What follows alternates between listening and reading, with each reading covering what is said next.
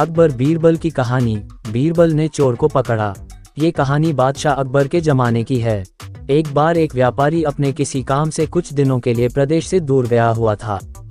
जब वह अपना काम खत्म करके घर पहुंचा तो देखता है कि उसकी पूरी तिजोरी खाली है। उसकी मेहनत की सारी कमाई चोरी हो चुकी है। व्यापारी घबरा गया और उसने अपने घर के सारे नौकरों को बुलाया। व्यापारी के घर में कुल 5 नौकर थे। व्यापारी की एक आवाज पर सारे नौकर उसके सामने आकर खड़े हो गए। व्यापारी ने उनसे पूछा, तुम लोगों के होते हुए घर में इतनी बड़ी चोरी कैसे हो गई? जब चोर आकर मेरी पूरी तिजोरी साफ कर गया, उस समय कहाँ थे सब के सब?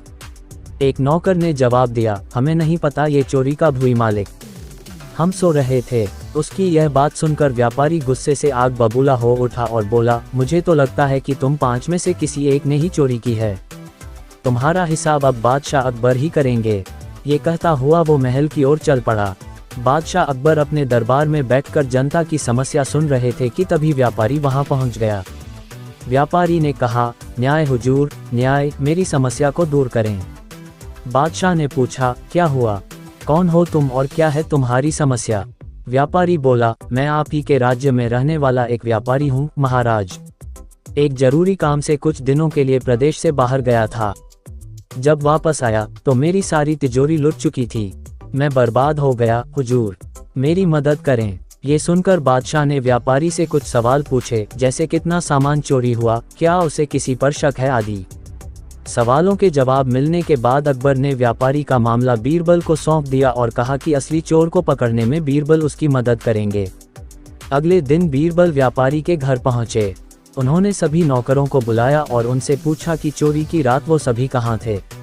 सभी ने कहा कि वो व्यापारी के घर में ही रहते हैं और उस रात भी व्यापारी के घर में ही सो रहे थे। बीरबल ने उनकी बात मान ली और कहा, आप सभी को परेशान होने की जरूरत नहीं है। मेरे हाथ में ये 5 जादुई लकड़ियां हैं। मैं आप सभी को एक एक लकड़ी दूंगा। जो भी चोर होगा उसकी लकड़ी आज रात 2 इंच लंबी हो जाएगी और चोर पकड़ा जाएगा। हम सभी कल यहीं मिलेंगे। ये कह बीरबल ने सबसे हाथ में एक एक लकड़ी पकड़ाए और वहां से चले गए। दिन ढल गया। अगले दिन बीरबल फिर से व्यापारी के घर पहुंचे और उन्होंने सभी नौकरों को अपनी अपनी लकड़ी के साथ बुलाया।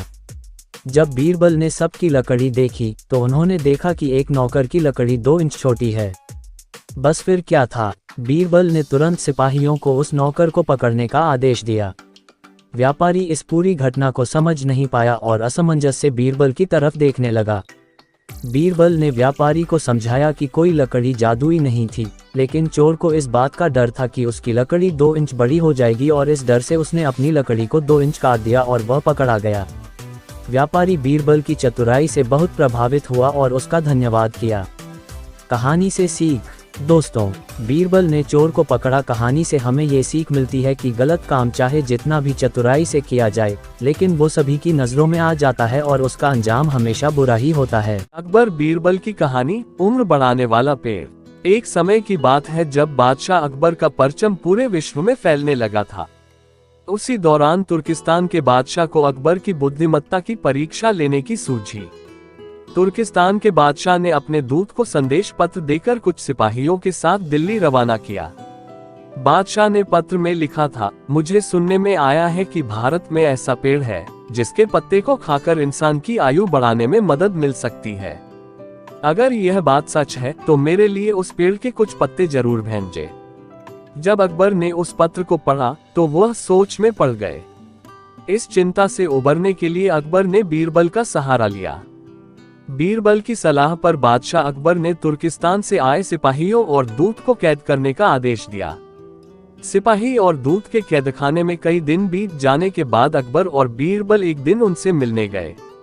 अकबर और बीरबल को आते देखकर वो सोचने लगे कि उन्हें रिहाई मिल जाएगी, लेकिन ऐसा नहीं हुआ।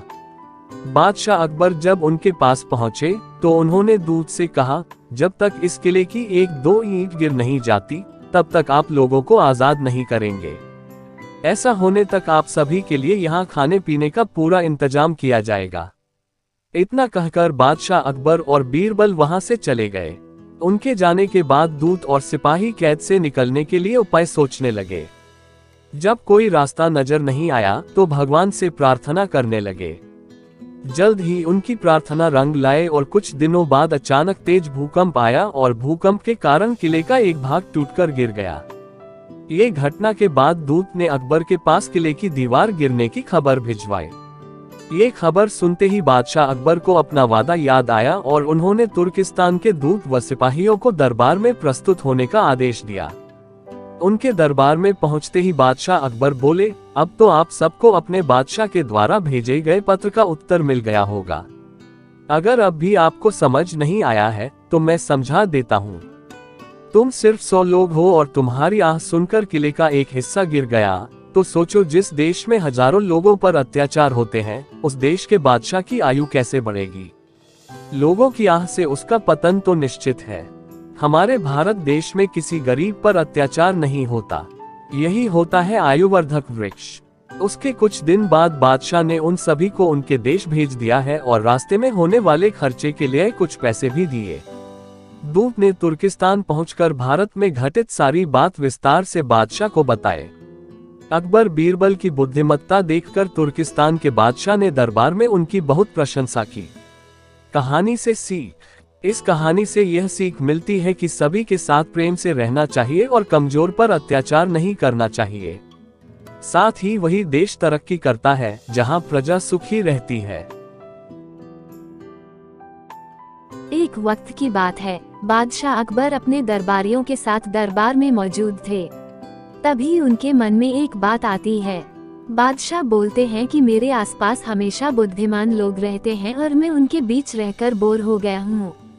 मैंने फैसला किया है कि मुझे कुछ मूर्ख व्यक्तियों से मिलना चाहिए।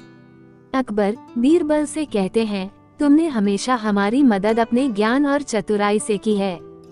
हम चाहते हैं कि इस बार भी तुम ऐसा ही कुछ करो और हमारे लिए 6 मूर्ख व्यक्ति ढूंढ कर लेकर आओ। बीरबल, जी जहांपनाह, मैं आपके लिए 6 मूर्ख व्यक्ति जरूर ढूंढ कर लाऊंगा। अकबर, हम आपको 6 मूर्ख व्यक्ति ढूंढने के लिए 30 दिन का समय देते हैं। बीरबल, जहांपनाह, मुझे इतने अधिक समय की आवश्यकता नहीं पड़ेगी। अकबर, ठीक है, अगर तुम उससे पहले ही मूर्ख व्यक्ति ले आ सकते हो तो यह अच्छी बात है।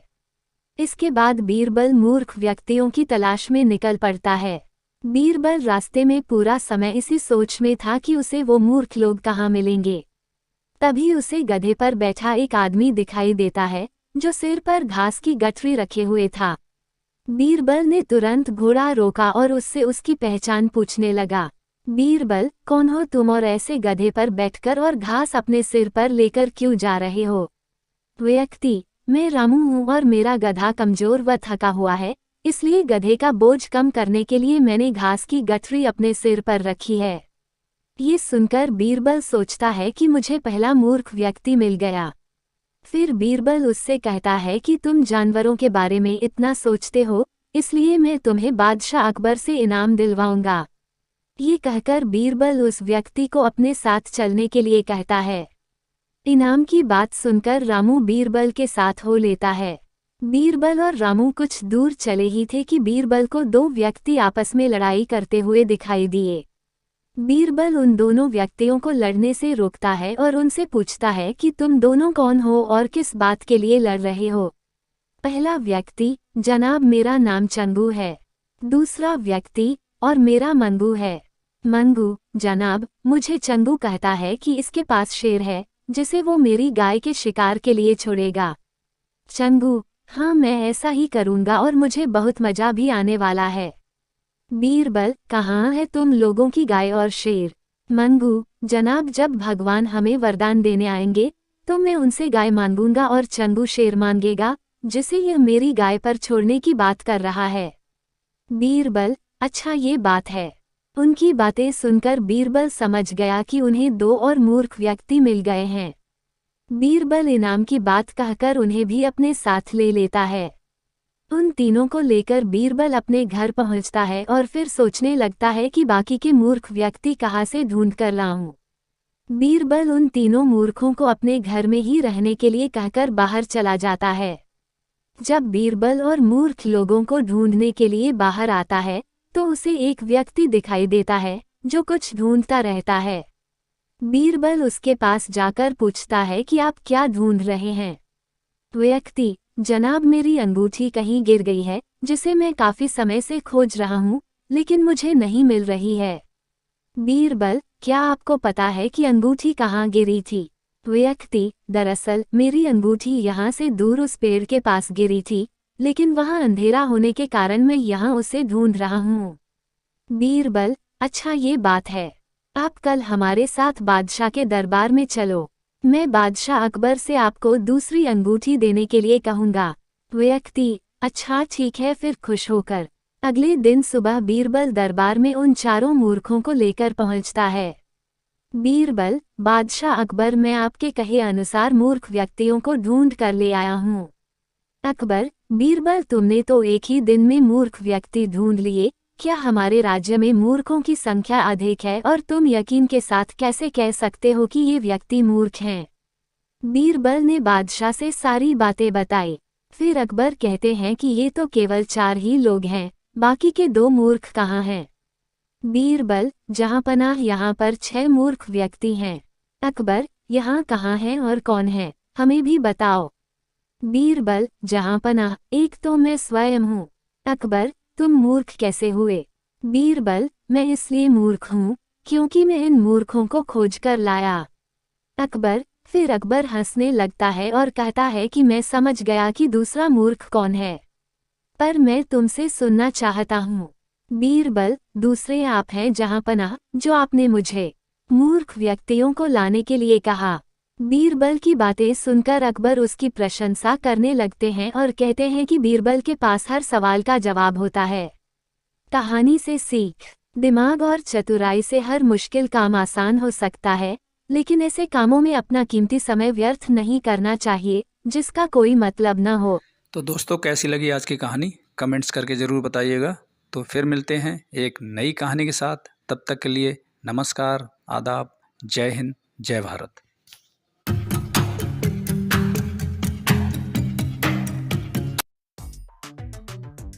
एक बार की बात है, अकबर और बीरबल किसी बात पर चर्चा कर रहे थे।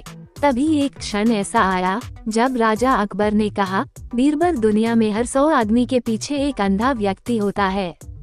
राजा की यह बात सुनकर बीरबल ने उनकी इस बात पर असहमति जताते हुए कहा, महाराज, मेरे हिसाब से आपका आकलन कुछ गलत प्रतीत होता है। सही मायने में तो दुनिया में अंधों की संख्या देखने वालों के मुकाबले काफी अधिक है। बीरबल का ये जवाब सुनकर राजा अकबर को काफी आश्चर्य हुआ। उन्होंने कहा, जब हम अपने चारों ओर देखते हैं तो देखने वाले लोगों की संख्या अंधों से अधिक ही मालूम होती है। ऐसे में अंधों की संख्या देखने वालों के मुकाबले अधिक कैसे हो सकती है? राजा अकबर की इस बात को सुनकर बीरबल कहते हैं, महाराज, किसी दिन मैं आपको ये बात प्रमाण के साथ साबित करके जरूर दिखाऊंगा कि दुनिया में अंधों की संख्या देखने वालों से अधिक है। बीरबल के जवाब पर राजा अकबर कहते हैं, ठीक है, प्रमाण के साथ इस बात को अगर तुम साबित कर पाओगे तो मैं भी इस बात को जरूर स्वीकार करूंगा। उस दिन ये बात यही रुक जाती है। करीब 2 दिन बीतने के बाद राजा अकबर इस बात को पूरी तरह से भूल जाते हैं, मगर बीरबल अपनी बात को प्रमाणित करने के लिए युक्ति सोचने में जुटे रहते हैं। करीब 4 दिन बीतने के बाद बीरबल को एक योजना सूझती है और वे 2 मुनीम को लेकर उनके साथ बाजार की ओर चल देते हैं। बीच बाजार पहुंचने के बाद बीरबल सिपाहियों से एक चारपाई की चौखट वहां मंगाते हैं और उसे बुनने के लिए रस्सी भी मंगवाते हैं। अब बीरबल अपने साथ लाए दोनों मुनीमों को आदेश देते हैं कि वे उनके दाएं और बाएं कुर्सी डालकर बैठ जाएं।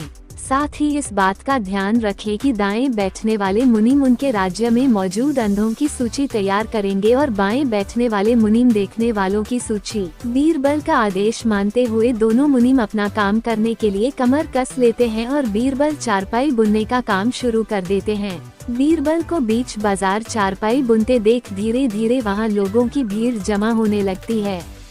उस भीड़ में से एक आदमी अपने आप को रोक नहीं पाता है और वो बीरबल से पूछ लेता है, आप ये क्या कर रहे हैं? बीरबल इस सवाल का कोई जवाब नहीं देते और अपने दाएं बैठे मुनीम को इशारा देते हैं कि वो अपनी सूची में इस आदमी का नाम लिख लें। जैसे जैसे समय बीतता जा रहा था, आने वालों की संख्या बढ़ती जा रही थी और आने वाले सभी लोग अपनी उत्सुकता को शांत करने के लिए बीरबल से यही पूछ रहे थे कि वे यहाँ क्या कर रहे हैं। इसी के साथ बीरबल अपने दाएं मुनीम को इशारा देकर यह सवाल पूछने वालों का नाम अंधों की लिस्ट में डलवाते जा रहे थे।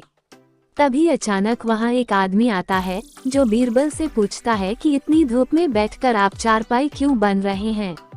तब भी बीरबल कुछ नहीं बोलते हैं और बाएं बैठे मुनीम को यह सवाल पूछने वाले का नाम देखने वालों की सूची में लिखने का इशारा देते हैं। ये सिलसिला ऐसे ही चलता रहता है और धीरे धीरे पूरा दिन निकल जाता है। तभी इस बात की जानकारी राजा अकबर को होती है और वे भी माजरा समझने के लिए बाजार पहुंच जाते हैं, जहां बीरबल चारपाई बुनने का काम कर रहा था।